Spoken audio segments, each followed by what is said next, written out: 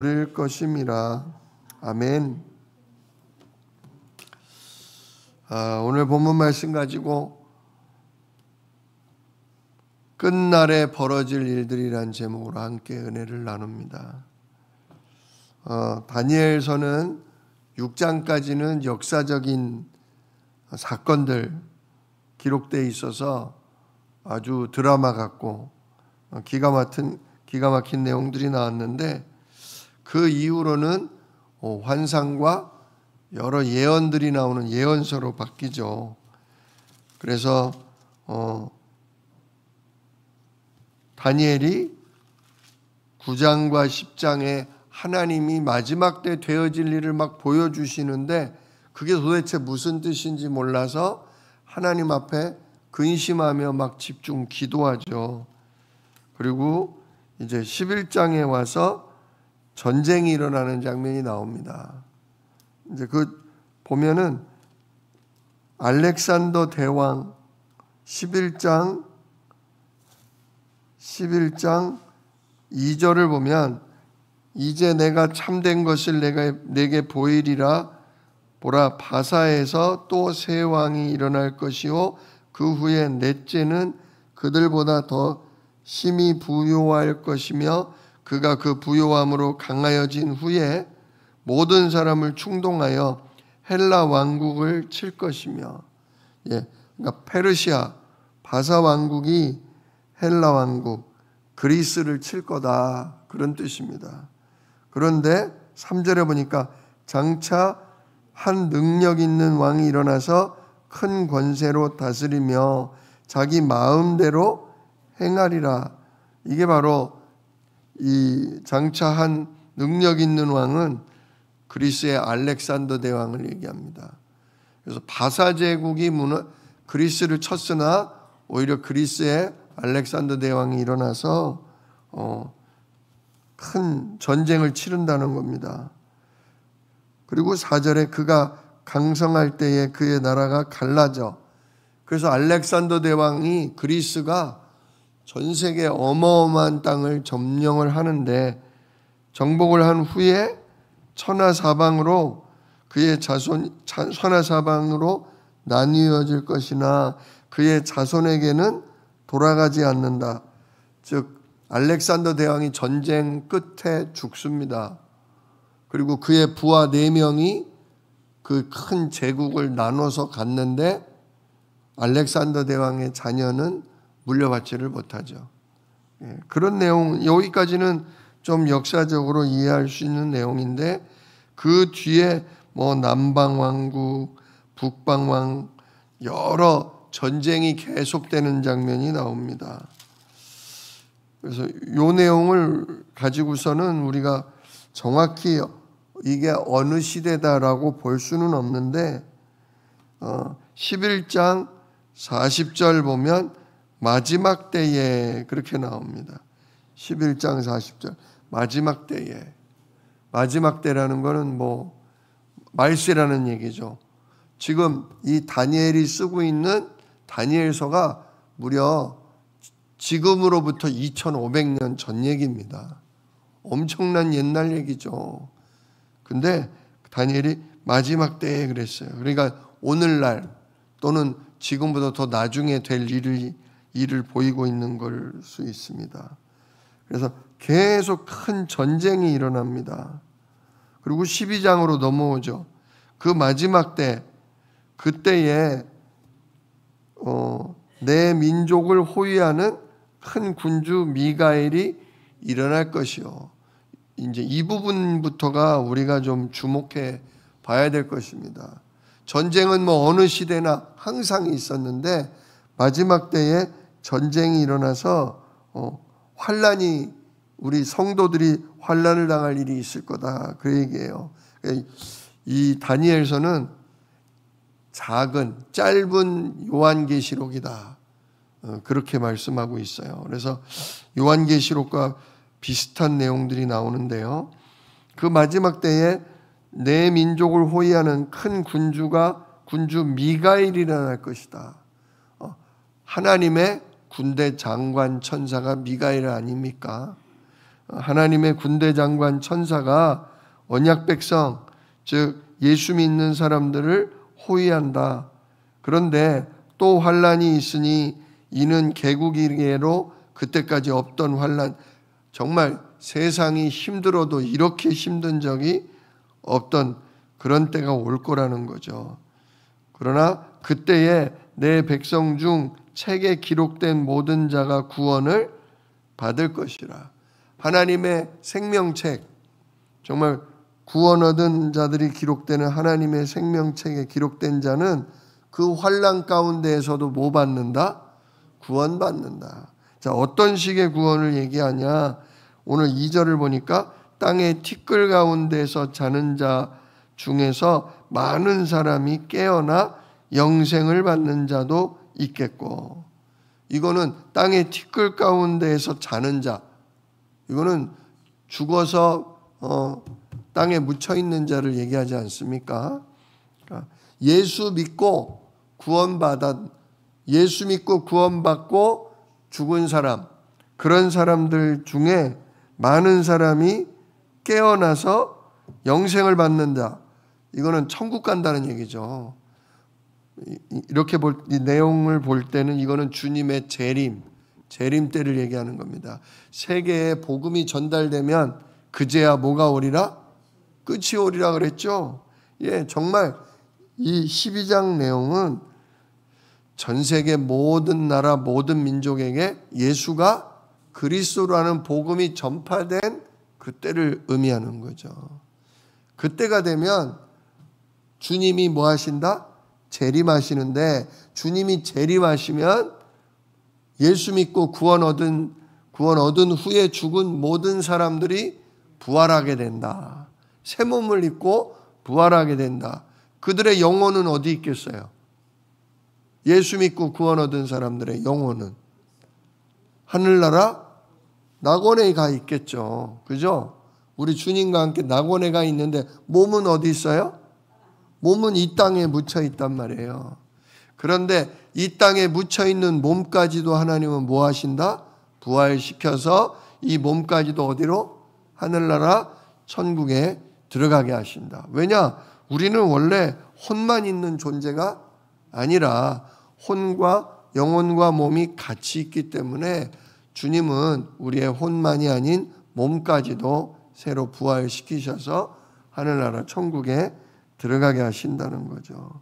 자, 그래서 생명책에 기록된 자는 이처럼 세계복음화가 이루어지고 주님이 재림하시는 그날 몸까지도 부활을 해서 영원한 천국, 영생을 받겠지만, 그러나 수치를 당하여서 영원히 부끄러움을 당할 자도 있을 것이다.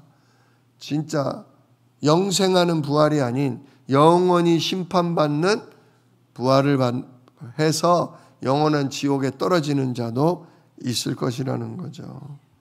그날 3절에 보니까 지혜 있는 자는, 그랬어요. 지혜 있는 자는 이라는 건 영적인 비밀을 아는 자, 즉 하나님 만나는 길이요, 모든 죄가 사함받는 길이요, 정말 그래서 승리하는 그 길을 아는 자, 바로 예수가 그리스도이심을 아는 자는 궁창의 빛과 같이 빛날 것이다. 정말 영화로운 천국 가서 우리가 빛날 것이다. 또 많은 사람을 옳은 대로 돌아오게 한 자는 별과 같이 영원토록 빛나리라. 많은 사람을 정말 예수 믿게 해서 죄사함 받고 예수 그리스도로 구원받게 한 사람, 많은 사람을 예배의 자리에 정말 구원의 자리로 전도한 전도자들은 별과 같이 영원토록 빛나리라. 그렇습니다. 우리가 전도한 사람들이 우리에게 정말 영광의 면류관이 됩니다. 이 땅에 사는 날 동안 정말 예수가 그리스도이심을 누리고 예배하며 기도하며 우리가 전도에 힘써야 할 것입니다. 자, 그리고서는 4절에 다니엘아 마지막 때까지 이 말을 간수하고 이 글을 봉함하라 하십니다. 그래서 많은 사람이 빨리 왕래하며 지식이 더하리라. 요즘 아닌 게 아니라 얼마나 사람들이 왕래를 빨리 합니까? 진짜 비행기를 타고 12시간이면 지구 반대편에 가 있습니다. 근데 요즘은 더 빠른 비행기가 나와서 그냥 미국을 2시간이면 가는 비행기도 곧 나올 거라고 합니다. 이렇게 왕래가 빨라지고 지식이 더하리라. 예전에는 부자들, 귀족들, 돈 많은 사람들만 공부할 수 있었는데 요즘은 그야말로 스마트폰만 있으면 인터넷으로 별의별 공부, 별의별 것을 다 뉴스를 통해 보기도 하고 공부도 할 수 있는 이런 시대가 됐습니다. 자, 그런데 다니엘아, 이 마지막 때에 대한 글을 봉함하라 그랬어요. 그리고는 또 다른 이야기가 나오죠. 5절에 내가 보니까 두 사람이 있었는데 한 사람은 강 이쪽, 한 사람은 강 저쪽에 있는데 그 중에 하나가 세마포 입은 옷을 입은 자, 곧 강물 위쪽에 있는 자에게 물어본다. 이 놀라운 일의 끝이 어느 때 이루어지겠냐. 자, 세마포 옷을 입었다는 건 누구를 얘기한다 그랬죠? 제사장을 얘기하는 겁니다. 제사장. 하나님의 말씀을 가르치고 예배를 주관하는 제사장에게 물어봅니다. 이 놀라운 일의 끝이 어느 때 됩니까? 그랬더니 세마포 옷을 입고 강물 위쪽에 있는 자가 하늘을 향해서 영원히 살아계시는 이를 가리켜 맹세하여 이르되 하나님을 향해 가리켜 이르되 한때 두때 반때를 지나서 성도의 권세가 다 깨지기까지니 그렇게 되면 이 모든 일이 다 끝나리라. 자, 정말 알기 힘든 얘기를 하죠. 한때, 두때, 반때. 진짜 교회사의 많은 인물들, 많은 신학자들이 이 한때, 두때, 반때가 과연 어느 때냐, 이때일 거다, 이 기간일 거다 많이 예상을 하고 예측을 했으나 그때가 다 지나가 버린 경우가 많습니다. 즉 알아맞힐 수가 없어요. 지금 세마포 옷을 입은 제사장, 이분이 예수님인지 누군지 모르지만 이분이 한때, 반때, 두때다 이렇게 얘기를 했는데 이때를 계산하는 것은 사실은 무의미한 것 같아요. 조금 더 의미가 있다면 성도의 권세가 다 깨지기까지니이다 그랬어요. 성도의 권세, 하나님이 성령으로 우리에게 권세와 능력을 주셨죠. 권능을 주셨죠. 그런데 그 모든 게 깨질 때까지다라는 건 두 가지로 볼 수 있어요. 더 이상 성령의 역사로 전도할 수 없을 때, 또는 교회가 완전 핍박을 받아서 더 이상 아무것도 할 수 없을 때, 그렇게 볼 수 있을 겁니다. 아까도 말씀드렸지만 주님이 재림하시는 장면이 앞에 나왔으니까 이미 세계복음화는 끝난 겁니다. 모든 민족, 모든 족속에게 복음은 전파된 거죠. 그러니까 더 이상 막 무슨 전도운동이 막 활발하게 벌어지고 그럴 일은 없을 겁니다. 자, 아무튼 마지막 때까지 사단은 우리들의 말씀운동과 기도운동과 전도운동을 방해하지만 결국은 어떻게 된다? 전파가 된다, 안 된다? 전파는 된다. 근데 전파된 이후에 무슨 일이 벌어지냐? 교회가 권세가 깨지는 때가 온다. 굉장히 교회가 어려움을 당할 수 있다는 얘기죠. 자, 그런데 8절 내가 듣고도 깨닫지 못한지라. 다니엘이 지금 이 장면을 하나님이 보여주시는 환상으로 보고 귀로 듣기는 듣는데 깨달아요? 못 깨달아요? 우리 다니엘서 읽어서 알지만 다니엘은 온 바벨론의 박사와 술객과 그 누구보다 지혜가 10배나 더했고 무려 70년이라는 세월 동안 정말 많은 것을 보고 익힌 최고의 지혜자임에도 불구하고 다니엘이 이런 장면을 보고 듣는데 미처 뭐하지를 못해요? 깨닫지를 못해요. 그러니까 요한계시록이나 이런 다니엘서의 예언서를 우리가 다 깨달으려고 하는 것 자체가 사실은 무리입니다. 그래서 결국 다니엘이 물어보죠. 하나님께 내가 이르되 내 주여 이 모든 일의 결국은 어떻게 되겠습니까? 그랬더니 하나님이 대답을 해주셔요, 안 해주셔요? 안 해주셔요. 9절에 그가 이르되 하나님께서 뭐라고 하시냐? 다니엘아 그냥 가라 하면서 이 말은 마지막 때까지 간수하고 봉해라. 예. 그렇게 애써서 풀고 많은 이들에게 마지막 때 무슨 경고를 알리고 그렇게 하지 마라. 봉해라 오히려.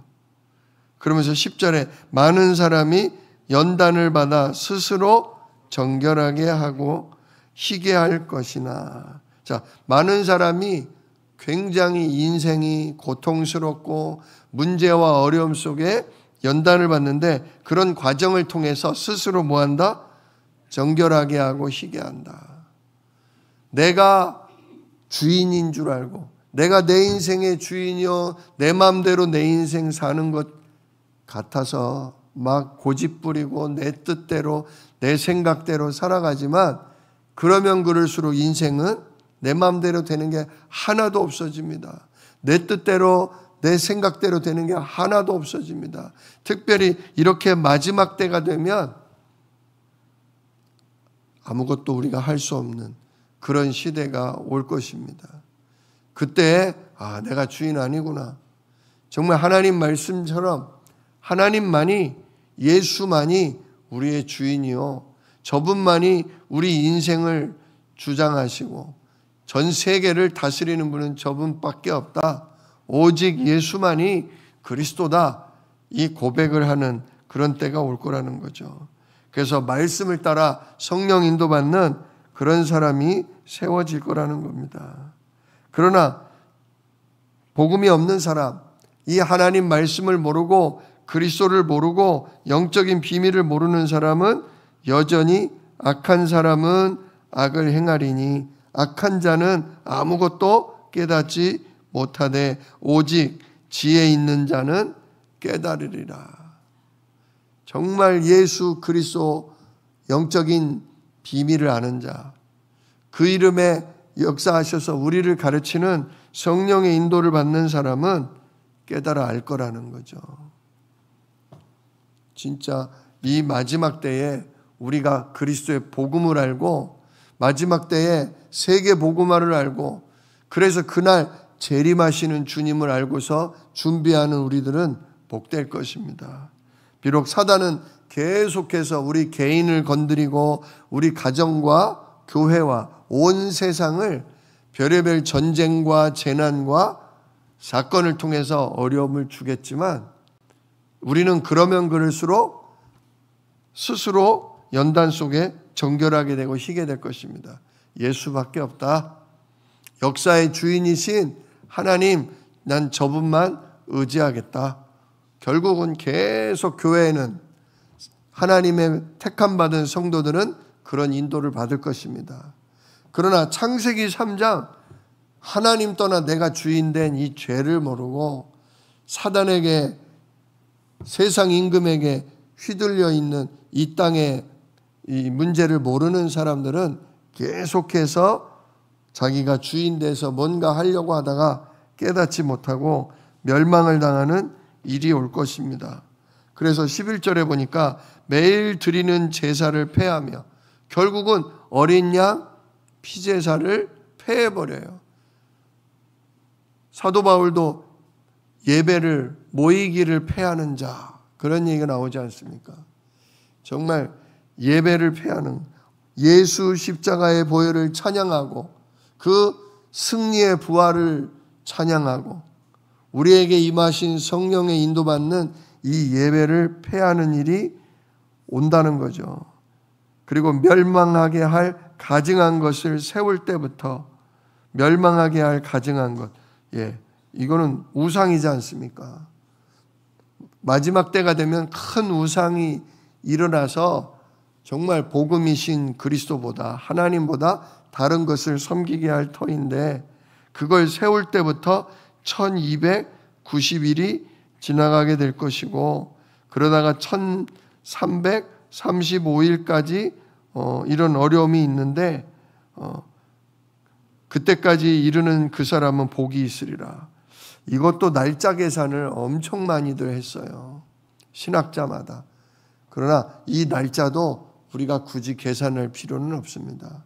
중요한 건 뭐냐? 하나님이 구원하기로 정한 자는 뭐 받는다?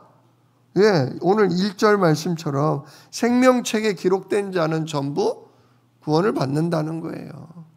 그리고 주님 재림하실 때 우리는 죽은 자는 뭐 할 것이고 부활할 것이고 살아있는 자는 주님과 함께 들림을 받을 것이라는 거예요. 이게 중요한 겁니다. 뭐 한 때와 두 때와 반 때 막 1290 며칠 이게 중요한 게 아닙니다. 그래 그런 날이 그런 어려움이 그런 심판의 때가 오는데 우리는 준비됐냐 이거죠. 준비됐다면 정말 그리스도로 구원 얻었고 십자가의 보혈로 용서받았고 생명책에 우리 이름이 기록됐다면 다니엘아 그냥 가라. 다니엘아 그냥 봉해라. 마지막 때는 하나님이 하실 거다. 그는 너 중요한 건 뭐냐? 네가 이 그리스도로 말미암아 하나님의 구원을 깨달아야 한다. 정말 성령의 인도로 말미암아 네가 마지막까지 너에게 주어진 사명을 너는 감당하면 된다. 우리는 이 중심으로 가야 됩니다. 무슨 마지막 때에 무슨 일이 벌어지고 누가 일어나는데 그게 누구고 계시록을 풀다가 정말 이상한 데 빠지고 이단에 빠지고 인생이 망한 그런 사람, 그런 교회들이 많습니다. 그래서 우리는 정말 영원히 변함이 없는 가장 중요한 오직 하나님 만나는 길, 오직 죄사함 받는 길, 오직 구원받는 길은 예수 한 분뿐이다. 우리는 그분만 주인으로 섬기고 그분을 날마다 그 보혈을 붙잡는 예배를 패하지 아니하며 진짜 우리는 우리에게 주어진 자녀를 살리고 현장을 살리는 전도자로 살아가면 하나님께서 마지막 때에 우리를 정말 구원하시고 건지신다. 우리는 이것만 붙잡으면 됩니다. 그래서 13절에 뭐라고 합니까? 너는 가서 마지막을 기다리라. 너의 자기 인생의 마지막입니다. 이는 네가 평안히 쉬다가 끝날에는 내 몫을 누릴 것입니다. 이때 다니엘의 나이가 이미 80 넘어 90을 보고 있었거든요. 다니엘아, 이제 너 할 일 다 했다.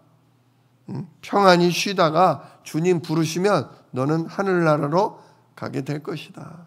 가서 네가 정말 복음 때문에 수고한 그 상급을 너는 받아 누리게 될 것이다. 예.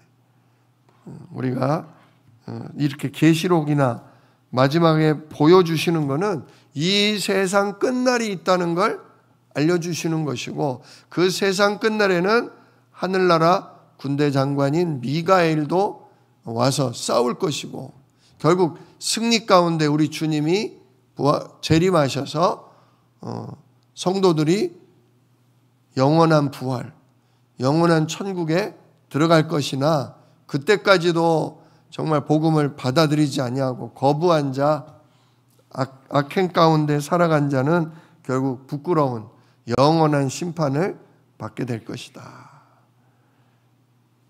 진짜 이거를 우리에게 알려주시려고 한 거지 그게 언제냐 이게 중요하진 않다. 정말 사는 날 동안 마지막 심판이 있음을 주님의 재림이 있음을 우리들의 부활이 있음을 확신하면서 그래 오늘도 그리스도로 살아가자. 다니엘아 그냥 가라. 못 깨달아도 괜찮다. 그냥 가라. 네 맡은 사명만 다하면 평안히 쉬게 될 거다. 진짜 끝날까지 예배 속에 기도 속에 전도 속에 살아가는 우리 귀중한 주한 새생명교회 모든 성도님들 되시기를 예수 이름으로 축복합니다. 기도하겠습니다. 은혜로우신 아버지 하나님 감사합니다. 오늘 다니엘서를 통해 세상 끝날에 벌어질 일들을 보았습니다. 하나님, 우리가 이해하고 알 수 있는 부분도 있지만 우리가 도무지 알 수 없고 깨달을 수 없는 부분도 있습니다. 다니엘, 그 지혜로운 다니엘도 깨닫지 못했다고 했습니다. 그러나 상관이 없습니다. 정말 구원이신 예수 그리스도를 깨닫고 하나님의 성령의 인도 속에 정말 우리가 사명을 다했다면 다른 나를 몰라도 하나님의 마지막 때에 우리가 영원한 부활, 영원한 생명, 영원한 상급을 받게 될 것임을 하나님은 우리에게 알리셨습니다. 주여, 오직 그리스도, 그 이름에 성령의 인도받게 하시고 주님 부르시는 그날까지 예배 속에, 기도 속에, 전도 속에 있도록 우리를 이끌어 주옵소서. 이 일을 능히 이루실 약속이 있는 예수 그리스도의 이름으로 기도드리옵나이다. 아멘. 너희는 이렇게 기도하라. 하늘에 계신 우리 아버지여, 이름이 거룩히 여김을 받으시오며 나라가 임하시오며 뜻이 하늘에서 이룬 것 같이 땅에서도 이루어지이다. 오늘날 우리에게 일용할 양식을 주시옵고 우리가 우리에게 죄 지은 자를 사하여 준 것 같이 우리 죄를 사하여 주시옵고 우리를 시험에 들게 하지 마시옵고 다만 악에서 구하옵소서. 나라와 권세와 영광이 아버지께 영원히 있사옵나이다. 아멘.